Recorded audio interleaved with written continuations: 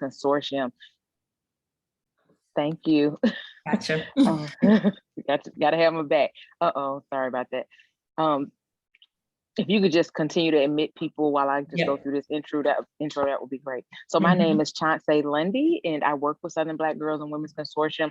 And before I turn the floor over to Ciara, one of the things that I'm going to do is just give you a brief overview. If you're not familiar with Southern Black Girls, you'll be able to know a little bit more about the organization and what we do. Let me push the right button. So we are going to go over the agenda, just tell you about us, talk a little bit about the Black Girl Joy Challenge that is still happening. And forgive me, I didn't correct this on the agenda. We are going to go through the information. Then we'll have Ciara. I'll turn it over to Ciara and she'll tell you about effective grant searching. Okay, let me press the right button.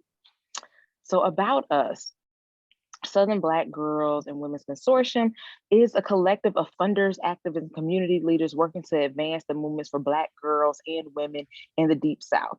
And we started with girls. We believe that if you develop the girl child, then of course you will develop stronger women. There are 4 anchor institutions to Southern Black Girls and Women's Consortium. So it was started by these 4 visionary women: Latasha Brown of True Speaks Innovation Foundation, Felicia Lucky of the Black Belt Community Foundation, Margot Miller of the Appalachia Community Foundation, and Alice Jenkins of the Fund for Southern Communities. And right now, these 4 anchors, even though there are 4 anchors, 2 of them are based in Atlanta, 1 in Alabama and 1 in Kentucky, but our work covers 12 states. And together, these foundations have collectively invested more than $50 million in the South, and organizations being led by Black women. So Southern Black Girls and Women's Consortium, I'm gonna say Southern Black Girls. What we aim to do is to invest in and support organizations that in particular are being led by Black women, Black girls, or that primarily serve Black women and girls. Our model is rooted in love, joy, and self-determination. We're centering Black girls and women to improve the quality of our own lives, for our communities, and for ourselves. Some of the things that we value, I won't read the whole list: collective power, community-led programming, economic, racial, and social justice, transformational change, not just transactional, but transformational change, respect, being innovative. Those are some of the things that we value, and being intentional in your programming. And this new funding model that we believe is helpful is around girls-centered philanthropy. So we put girls and women's organizations at the center of everything that we do, and then organizations secondary, and then they're the anchor institutions. So we make sure that we're in alignment when we look to fund organizations. The purpose of Southern Black Girls is that we really want to raise and invest $100 million to invest in Black girls and women in the South over the next 10 years. And Southern Black Girls was already started with a $10 million investment, and we've been able to start issuing that out through some of our funds already. So that's been really great. There are 4 funds, so the funding opportunities that exist. And the main one that people know about is the Black Girls Dream Fund. And so organizations typically apply to the Black Girls Dream Fund for programming that they may want to have for their organizations. And I think the average grant size is about $30,000 with a max of about $60,000. The Black Girls Defense Fund is being launched to help support Black girls and women for needs that they may have. In terms of like mutual aid or other supportive endeavors. Collaborative Partnership Philanthropy Fund is to give money to partners who are collaborating around issues. The Innovation Fund is for innovation and for innovative ideas, whether it's small businesses or if you have like some new product that you want to bring to market. We really want to invest in that because we understand that a lot of times we don't have access to the capital to bring our ideas to the market. Volunteer opportunities, I have no idea what that is, that slide that was in there, but we do have volunteer opportunities, and our volunteer opportunities are being on the Wisdom Council. I'll just talk a little bit about them. Being on the Wisdom Council, I'm sorry, my phone is ringing over here. I don't think that people know that I'm actually on this presentation because it's people from the organization. So just forgive me for a minute. So our volunteer opportunities, so we have several. For women, we have the Wisdom Council, which actually gives you an opportunity to review grants and make recommendations about who should be funded. We have a youth ambassador program. So young people, young women and girls aged 12 to 24, they actually make recommendations. They help put on our Black Girl Dream Conference that we have. And so those are two of the volunteer opportunities. And then what you see today, the Sage Circle. So the Sage Circle comes out of women who want to participate in Southern Black Girls. They say, hey, I have particular knowledge about a topic and I want to make sure that I share that with other people. So it's more like technical assistance. So we're just calling women sages in this instance.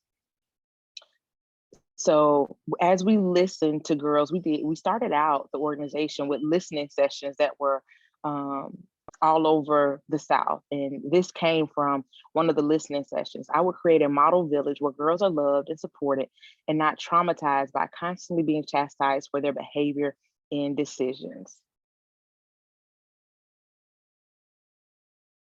We have a Black Girl Joy Challenge that is currently open until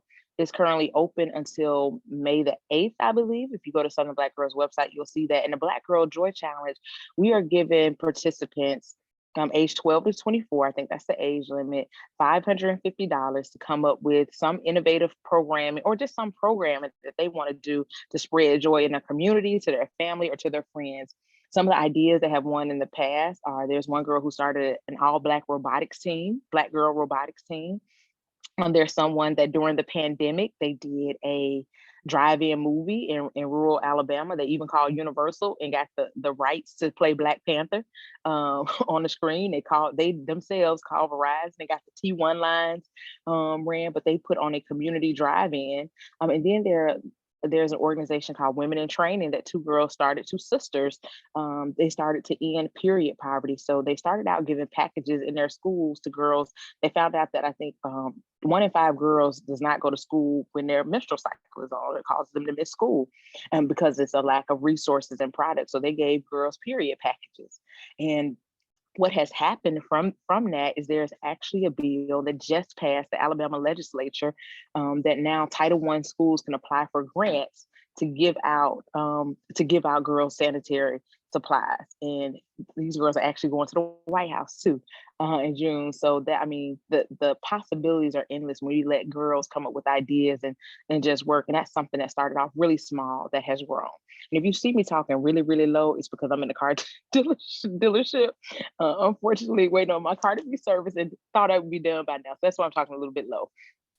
But I just wanted to let you all know that information. Without further ado, though, I'm going to introduce Ciara Coleman. And Ciara volunteered. I want to thank her for volunteering to lead this session. Last month, we had a session on effective grant writing. And so we wanted to follow that up with effective grant searching, finding the right grant. So Ciara, can you introduce yourself? I'm gonna stop sharing my screen. I'm gonna turn it over to you, and can you introduce yourself and you share your screen? Absolutely. Let me pull and this. I'll take over admitting people. All right, sounds good. Okay, let me just get this going.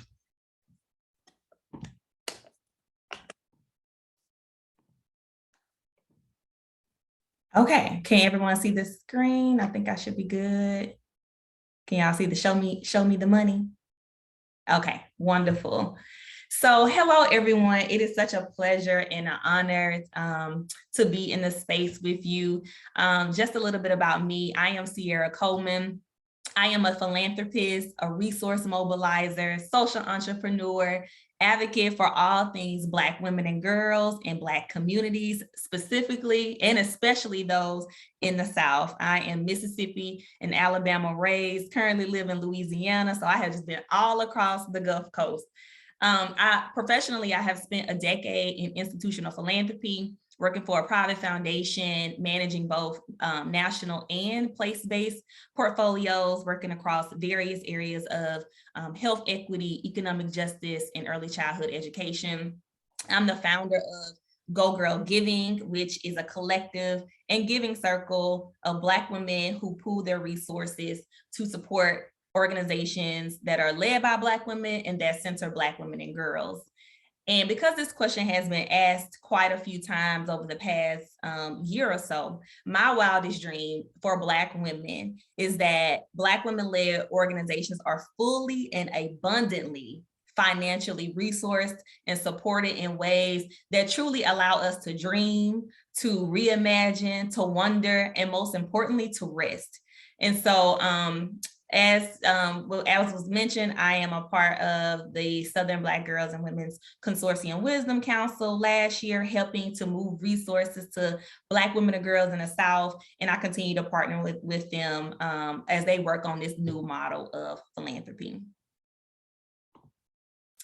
So hopefully by the end of this session, you all will be able to walk away with identifying maybe 1 to 2 new funding opportunities or tools for your organization in search of grants, that you will be able to strengthen your grant seeking approach, and that you have an increased awareness of philanthropic models and funding opportunities. Whoops. So where does money come from? I first really want to ground us here, because I think a lot of times we think the funding for our organization, it just has to come from a foundation, right? But the truth of the matter is that funding comes from people. So Giving USA reported that in 2020, Americans contributed $471 billion to causes and charities that they care about. And how that breaks down is that individuals gave about almost 70%, so $324 billion towards causes they care about, whereas foundations and even corporations gave just a mere 19% and 4%, respectively. And so, again, we think that a lot of funding comes from foundations and organizations, but it really flows from people, and there's power in the people. And so cultivating your individual donor base is imperative. And, many organizations do rely on individual donors for that consistent base of support. I always tell folks, start with your family, your friends, people in your community, and those who align with the purpose, mission, vision, values of your organization. And also explore ways to deepen that relationship and that connection with your individual donors in ways that keep them engaged in your programmatic activities and the happenings of your programs, so that they can continue to give consistently over time. Let's realize, and I hope we are starting to realize more, that $20, $50, $100 consistently over time from multiple donors really can be a great source of revenue for your program. So again, I just want to kind of ground us there. That gives us a screenshot of where this generosity actually comes from, and it's with the people. And so as we talk about power being with people, there is a shift happening in the philanthropic space. And this shift is more so on like collecting giving models. So collective giving is when groups of people pool their resources to support causes that they care about. And one of the most popular models is giving circles. And you all probably have also heard of models like crowdsourcing as well. So while collective giving is not new, it's especially not new to Black folks, it is becoming a more recognized and structured model of philanthropy. And that's because of its impact, right? It's the fact that it's shining more light on everyday philanthropists and really shifting that narrative that you don't have to necessarily be rich and super wealthy and give a ton of money to have an impact. It is also shifting the way that philanthropy is doing its business. Community philanthropy is doing its business, I should say. So, giving circles are not asking you to jump through 100 hoops, right? They're not asking for reporting necessarily. They're giving unrestricted funds, no reports, and so they're really shifting this, and pushing institutional philanthropy as well to do things differently by being the model that, we can use a trust-based philanthropic model when we are working with community. So Philanthropy Together reports that there are over 2,500 giving circles in the US, and almost 1.3 billion has been given away from everyday people, y'all, giving $25 a month, $10 a month, $5, whatever the case may be, to causes that they care about. And I actually suspect that this number is probably a bit more because, again, we're talking about the formal collective giving opportunities and possibilities, and we're not even accounting for the informal activity that's happening in our communities.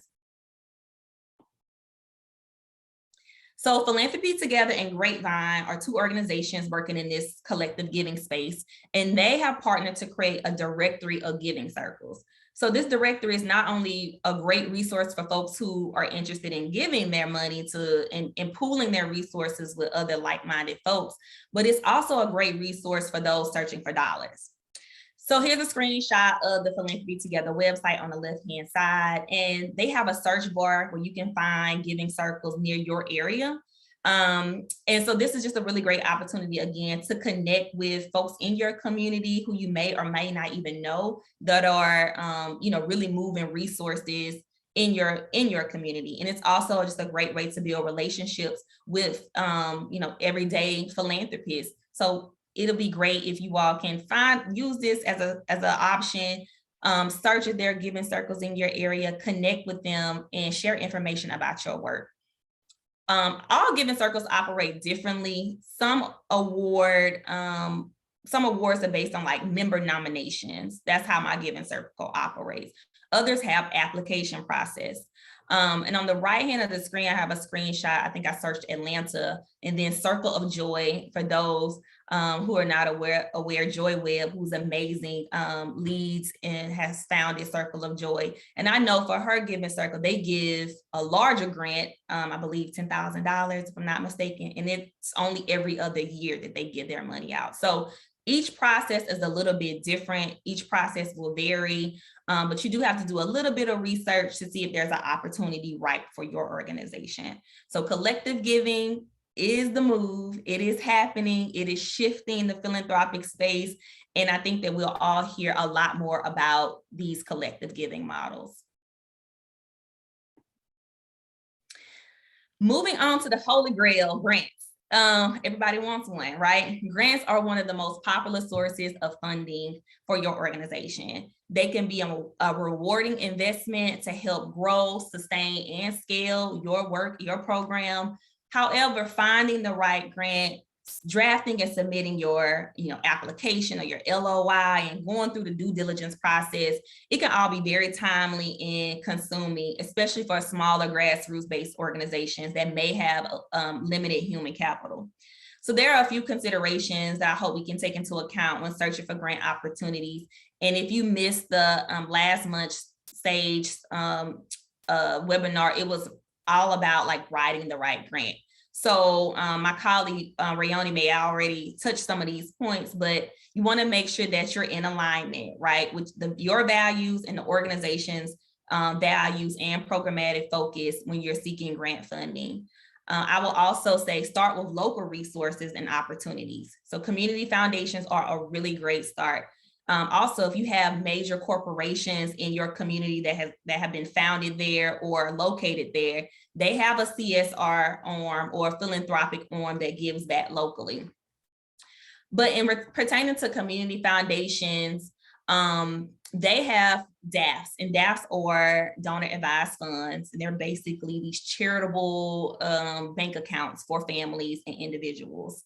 And so it's really important to build relationships with the program officer or grants manager at your local community foundation so that you can begin to cultivate that relationship that not only allows you to have a pulse on like what's coming down the pipeline in terms of their priorities, the community foundation's priorities and RFPs or grant opportunities, but also to get a pulse on the DAFs, right? DAFs are not necessarily publicized, because sometimes these are like really what the people who want to remain anonymous, but getting connected to the community foundation staff person and just asking them, hey, is there a DAF that is aligned to my work? Because their very goal as a grants manager, program officer, whatever it may be, working with DAFs, donor advised funds, is to source nonprofits for that family, for that individual, so they can give out grants. So DAFs are a really great thing to ask about, but not always visible to the public eye.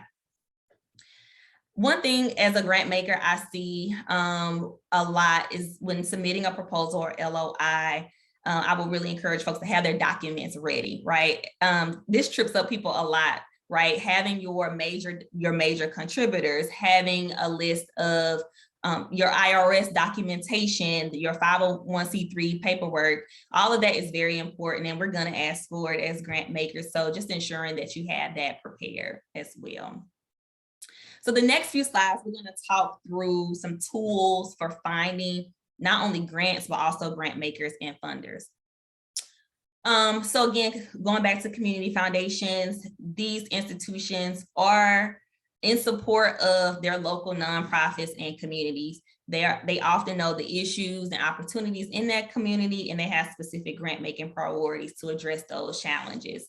And so community foundations not only provide funding opportunities for nonprofits, but they also provide technical assistance, capacity building. They share best practices, organizational management practices, all of the things. And so Council on Foundation reports that there are over 750 community foundations across the US. And this is their community foundation locator, which you can type in your city, your state, and find all of the community foundations located in your region. I did a quick search. I think I clicked on like Birmingham, and it gives you, hey, the Community Foundation of Greater Birmingham is here, and you get all the contact information.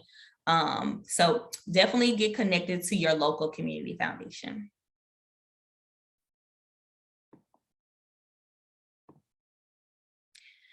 So funder search engines. So the Foundation Center has a grant maker directory tool to help find funders, institutional funders, I should say. And so there are over 100,000 foundations across the country, family, private, community foundations.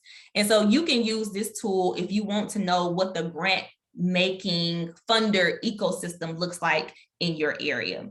So in this screenshot, I think I searched Nashville, Tennessee, and there are 309 grant-making institutions in Nashville, and I would have never guessed that myself. And so you can see from your search, it'll show you the total assets of that organization as well as their total giving. And so this is a free search option. You just have to like create login information. And of course, as you upgrade your plan, you pay a little bit more money monthly, you can get access to more information like who has received grants from this organization and just some more additional insights that can help you, really find opportunities that are more aligned to your organization. So again, if you're looking for grant makers in your area, I would definitely suggest using the foundation directory and typing in your city, state, and you can find a list of all of the community, local, family foundations. So transitioning to finding some specific grant opportunities. So there are so many search engines and tools out there, and on the screen are really some of the more popular grants, which help you, which can help you in your search, right? So starting with Grant Watch. So Grant Watch, which is the one on the left-hand top corner, helps you find grants for not only your nonprofit, but also businesses and individuals too.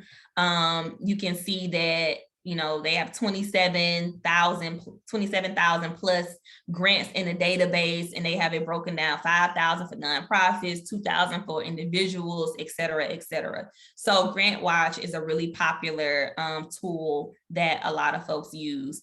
Grantscape is also pretty popular. This is not a free tool, but it is a comprehensive grant directory. So this pulls opportunities not only from foundations, but federal, state, and local governments. I was having a similar presentation for women specifically in like the maternal child health space. And so on this search, I think I put in breastfeeding, but there was a grant from HRSA that came up, which is a grant from the government opportunity for women who are like in a doula maternal child health space. So this is really more comprehensive, but it does cost a little bit of money, but you get a lot of options using Grantscape. There's also Instrumental, which is another database. It's already easily grouped by topical area. The screenshot, I just put in grants for women, and it'll show you all the grants that their database pools that have a specific focus on women. So businesses give too. Going back to our first slide, when we looked at where generosity comes from, we saw that corporations gave about $17 billion to charities, and they do this through their corporate social responsibility arm, which aims to support local communities, initiatives, and other causes that are identified by the company. CSR looks different across organization. It can be in the form of a sponsorship, a financial contribution, a matching gift program with their employees, or even volunteerism. And so here are just some examples of what CSR can look like. And I wanted to pull a lot of different examples just to give you a sense of how vast this can be. So starting in the left-hand corner, Tito's Vodka, one of my favorite vodkas, by the way, has a program called Love Tito's. And you can go on their site, you can fill out a form, request a donation, you can request a sponsorship if you have an event. And then they also, just like a lot of organizations, after the unfortunate murder of George Floyd, are making this commitment to racial equity. So they've committed an additional $1 million to fight against racism. So that's Tito's. Then you also have Ben & Jerry, for instance. They released a flavor that was in honor of Colin Kaepernick's activism. And if you bought this particular flavor ice cream, proceeds went to the Know Your Rights camp, right? So that organization got connected to Ben & Jerry's, and they're benefiting from all of the sales of this particular product. Another example is Merck. Merck is a biopharmaceutical company, but they have a global initiative called Merck for Mothers, which has committed $500 million to address maternal mortality and health equity. Then they recently added an additional $150 million to their investment. They have not released how this money is going to be distributed. I don't know if it's going to be a RFP, but if you're in that space of health equity, MCH, reproductive justice, I would definitely sign up for their announcements so that you know when that money is going to be distributed. And then last but not least, the Goldman Sachs, they have a global financial institution. They have an initiative for Black women specifically, investing $10 million across 50 organizations across several programmatic areas. And I believe that opportunity, it may still be open, but it was announced in March. So, these are some examples from more large scale popular brands, but if any brand you can think of, you can Google and put CSR at the end, and you will more than likely kind of find what their programmatic focus is. LinkedIn is also your best friend, right? Search for those CSR officers and, send a message. It does not hurt, right? You only lose the shots that you don't take. And also your local business owners also have causes that they care about too, right? So they're willing to give their time, resources, and gifts. It's just really about finding out what the alignment is. So now I want to move us into some resources, and I'm going to start with directories. I really love this concept because it helps people find you, right? So these are lists of directories where you can submit your nonprofit information and get listed again so people can get connected to your work. And some examples include Giving Gap.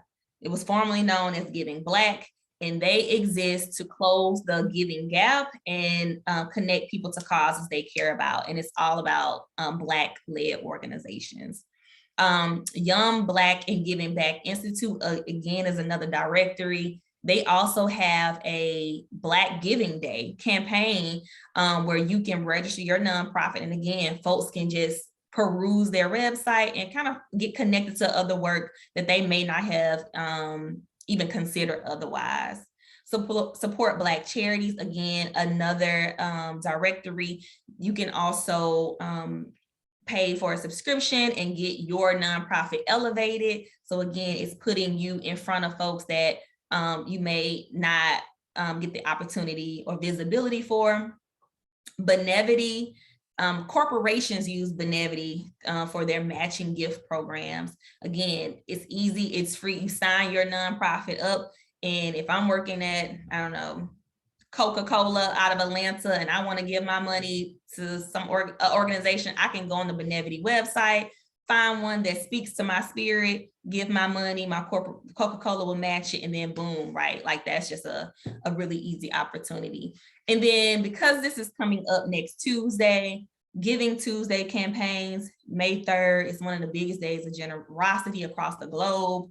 A lot of local communities have campaigns. I know our community here in New Orleans, our Giving Tuesday is ran by the Greater New Orleans Foundation, and organizations, nonprofits were able to register themselves. And then it's literally like shopping on Giving Tuesday. You go on the site, click all the organizations you want to give to, and boom, like they benefit from that.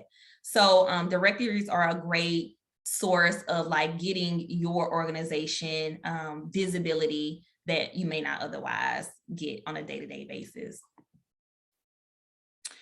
So some other resources that are really great for you as you're searching for opportunities.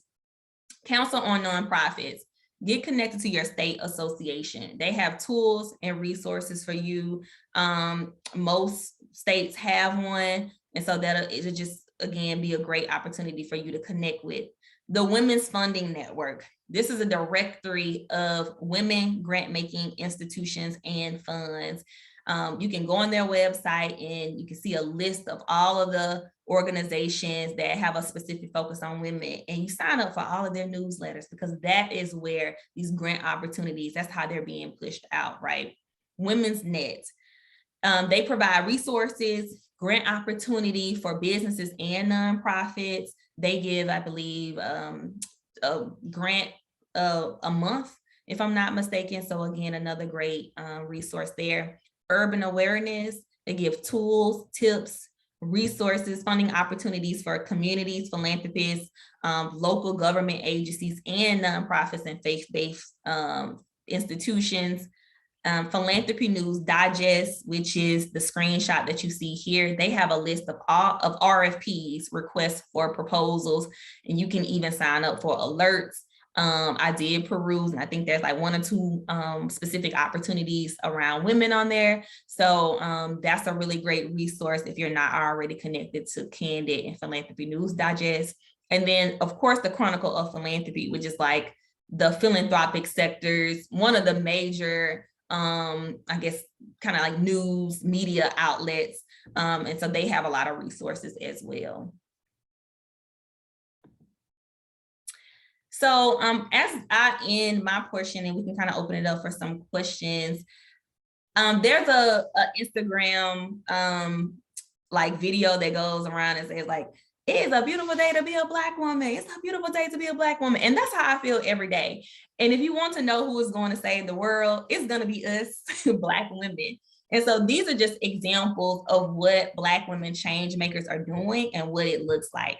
We are mobilizing resources. We are building new organizations, new institutions, and creating philanthropic models for us, by us. Far too long, we have been under-resourced severely. We've been discounted, and we've had to make a way out of no way. And so now you see more so than ever, Black women are creating their own solutions. And so I have to give a shout out to Southern Black girls for the work they're doing to move funds to Black women and girls throughout the South in a process that honors us, that is asset-based. They're not looking for you to necessarily talk about all of what's wrong. We see it on the news already. We already know that, right? But they want you to talk about your dreams. And so this model is putting Black women in the driver's seat. And I think I'll add, just like in the first time in my career, I see Southern Black girls providing holistic a holistic approach and support that not only aims to take care of the women that may have gotten funded, but also providing the capacity building through avenues such as this and others to women who did not receive the grant funding, but they care enough to want to build all of the women up, right? So that we're better positioned for these opportunities. So we're in an exciting time. Stay encouraged, ladies. Know more so than ever that Black women, we got you. And that's really the end of my presentation. Thank you so much. You can find me on Instagram, _Purposeful Project. You can email me, and you can also find my giving circle on Grapevine, and you can search Geaux Girl Giving.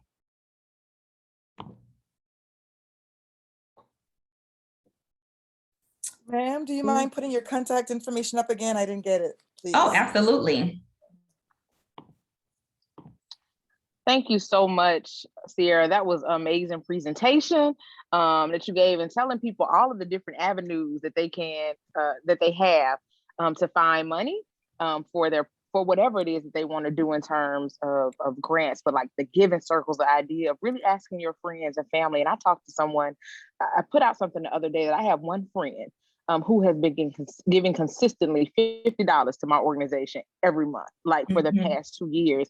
And we all say that, you know, mighty rivers are filled drip by drip. And I think that's true. And sometimes we can't neglect the small things. So we have to really be mindful of that. So I'm going to open the floor for questions now. So if you want to field questions, we can stop the share so we can see if people want to raise their hands and ask questions. Do you want to call them out, Ciara? Yeah. Is it Aisha? Close. It's Aisha. I had a question. So for somebody that wants to start their own nonprofit and everything, and I know the 501c3 and everything, it can be like such a struggle sometimes to kind of understand it and everything. How would you go about, like, what resource would you recommend to them? Like, what videos would you like ask them to watch and stuff, just to get their idea off the ground? Yeah, absolutely. Great question. And, you know, I think the first question I would ask is, do you think that a nonprofit is the 501c3, which is a IRS status?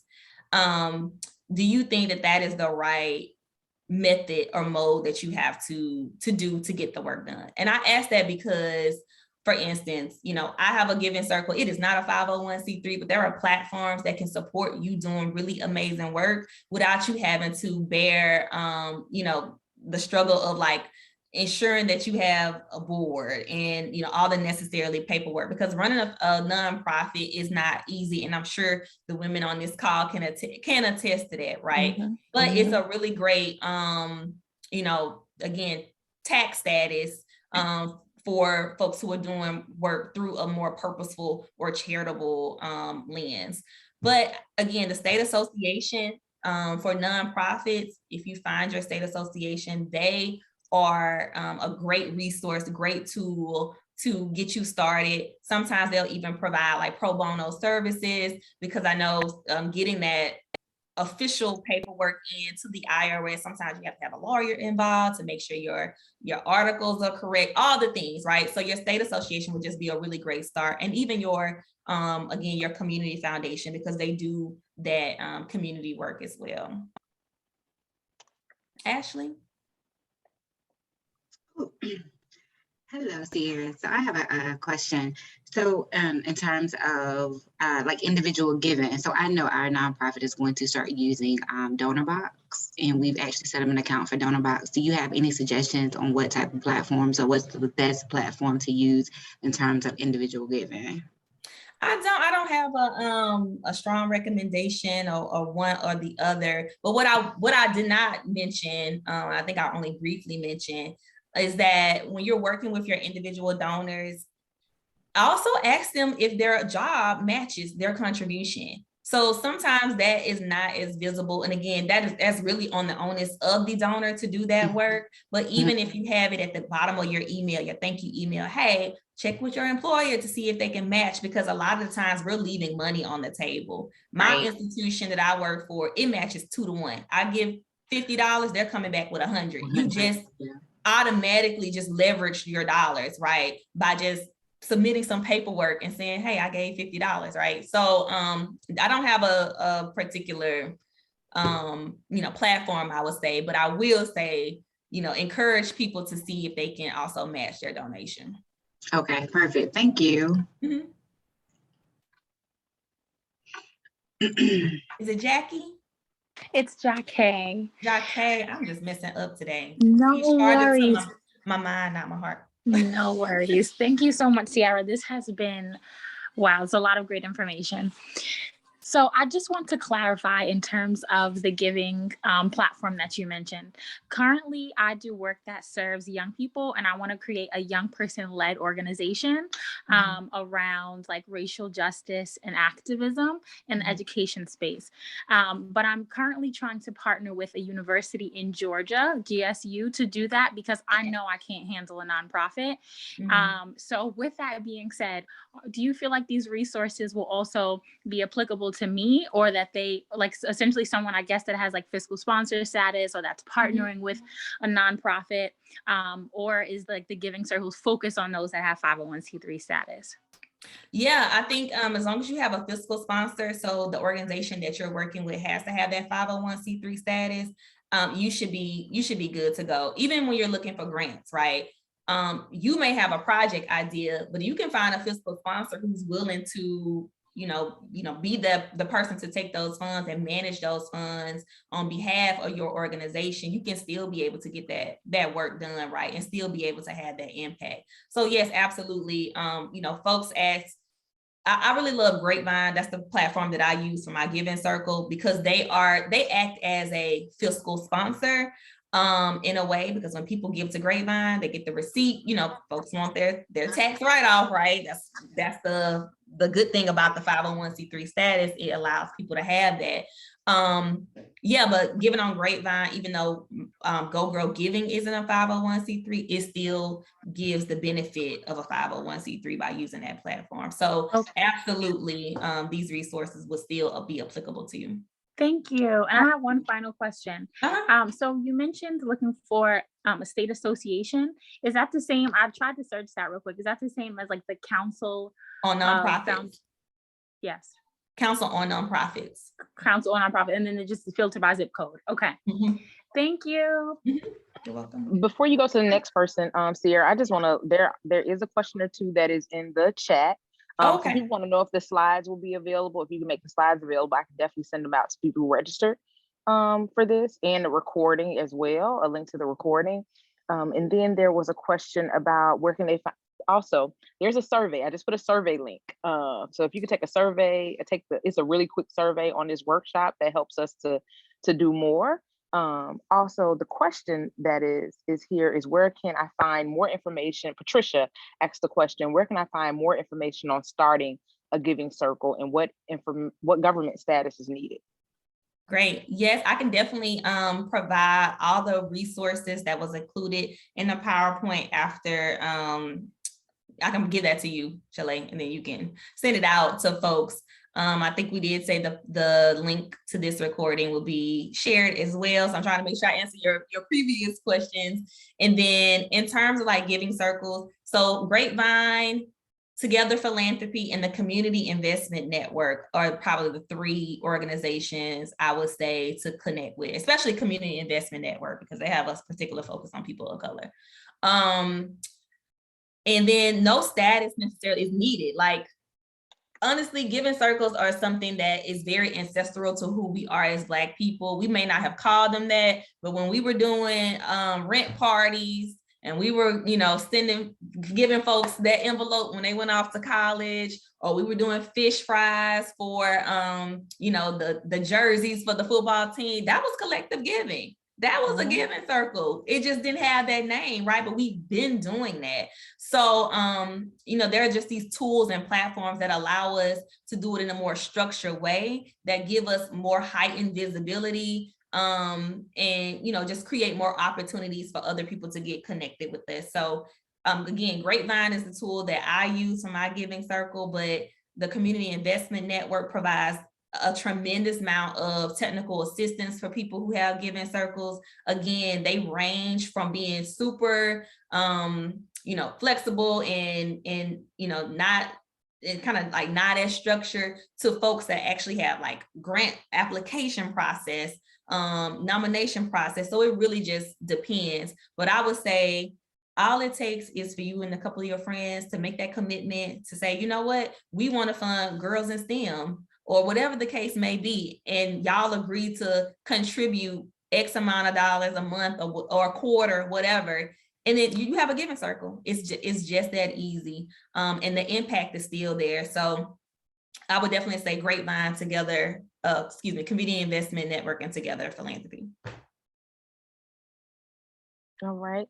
Before, I don't know if there's another question, but someone did ask in the chat if they could have the information from last month, and we will make sure that that's sent. I think it was sent out after the session, but we'll make sure that those slides are sent out as well, or we'll place them somewhere. There's a repository so you can have access to whatever happened for each Sage Circle event. And I understand that the link at first was requiring permissions, but I updated that link to the survey, so I'm going to drop it again so that you can get it. And I also want to remind you all about the Black Girl Joy Challenge. I'm sorry, I'm interjecting here. The Black Girl Joy Challenge, please, if you know girls between the ages of 12 to 24, we are investing in them, $550. And I know when I was a teenager, $550 would go a long way to funding some dream of mine. So whatever it is that you may want to do, even though the things I said, they may sound grand, but there are things that people can do right in their community, amongst their friends and their family, help them in putting that application together. You can go on Southern Black Girls and log into our grants portal, but the application is relatively seamless. The deadline, I believe, is May 8th. Sam, can you correct me if I'm wrong? I think the deadline for the Black Girl Joy Challenge is May 8th. Can you get a Black Girl Joy grant more than once, or just one time? That would be a better question for Sam. If you're on, if you can answer that question, I'll try to get that information before we hang up. But if there is anyone else who has questions for Ciara, please raise your hand. And I'll also let you all know to be on the lookout for the Black Girls Dream grant that goes out to organizations in a couple of months. That'll be going out. It was at the end of the year in 2021, but it's going to be more in the summertime this year. So. Ciara, this is Adiela again from Women in Training. We've been very successful by our standards in getting grants for the monthly WIT kits of period, dental, and hygiene products. Everybody wants to give for that. And we get small donations like $5, but huge donations like $20,000. So that's been really easy to fund, and which is great. But we branched out. Brianna and Brooke always said that we didn't want this to be just the two of us doing all this work. For one reason, it's a lot of work, but for two, that we want other Black girls to develop the skills that they're developing in policy making, in grant writing. I mean, all kinds of skills they're developing.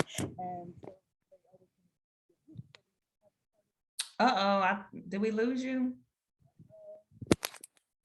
Oh no, can you hear me now? Yes, we can hear you now. But for that program, the only organization that has funded us has been the Southern Black Girls and Women's Consortium. We've applied for like 20 grants for that leadership development circle, and all of them, 19 of them have been turned down. Only Southern Black Girls and Women supported it quite generously. So is leadership development not a sexy topic for grantors? I would say I think it is. Like, that's important. I know from the organization that I work for, like, leadership is part of our DNA, right? But I think that in terms of the framing, it's leadership to what end, right? So if there is, if you can fill that blank in, leadership to ensure that girls have the tools and capacity to then go on and, advocate for policy issues that impact Black girls and women, or whatever the case may be. I think it's the blank, right, that has to be filled in, because I usually see a lot of leadership things that are more vague.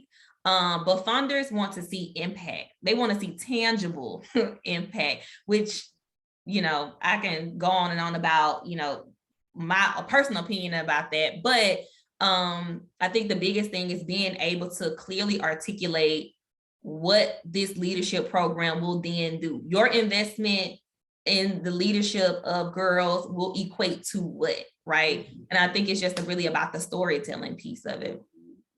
Okay, thank you very much.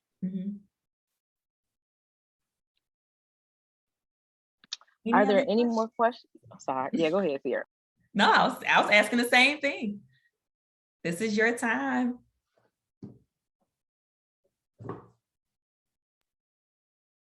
Well, if there are no more questions, ladies, I want to thank you all for showing up today. I know for some of you, this is your lunch hour. This is the middle of the day.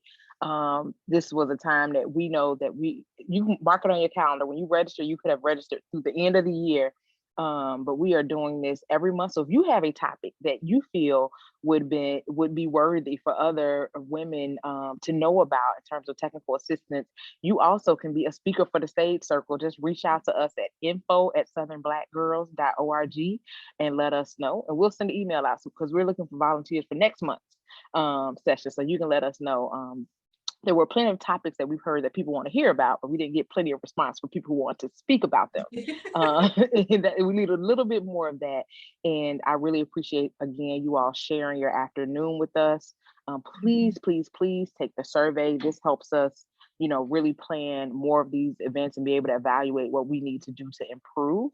Thank you so much, Ciara, for joining us, and not only just joining us, leading us in this discussion, taking the time to prepare your presentation and giving of yourself today. Anytime. It's been great. Yes, and we'll make sure that we send out the information. I am going to plug the Black Girl Joy Challenge again.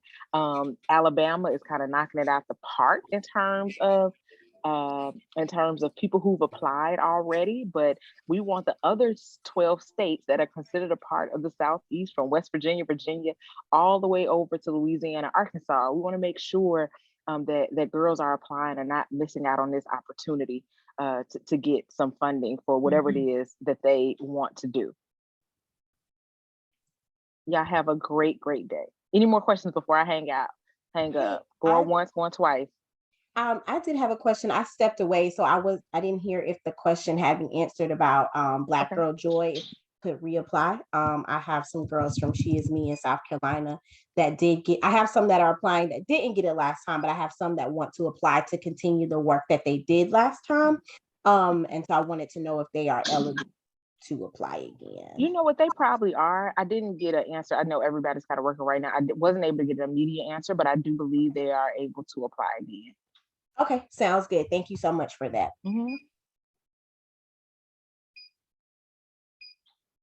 All right, thank you, everyone. Thank you so much. Again, my name is Chauncey Lundy. I am glad that I was able to be able to host this for you today. But Ciara, thanks so much for giving of yourself. You ladies have an excellent day, a fabulous Thursday.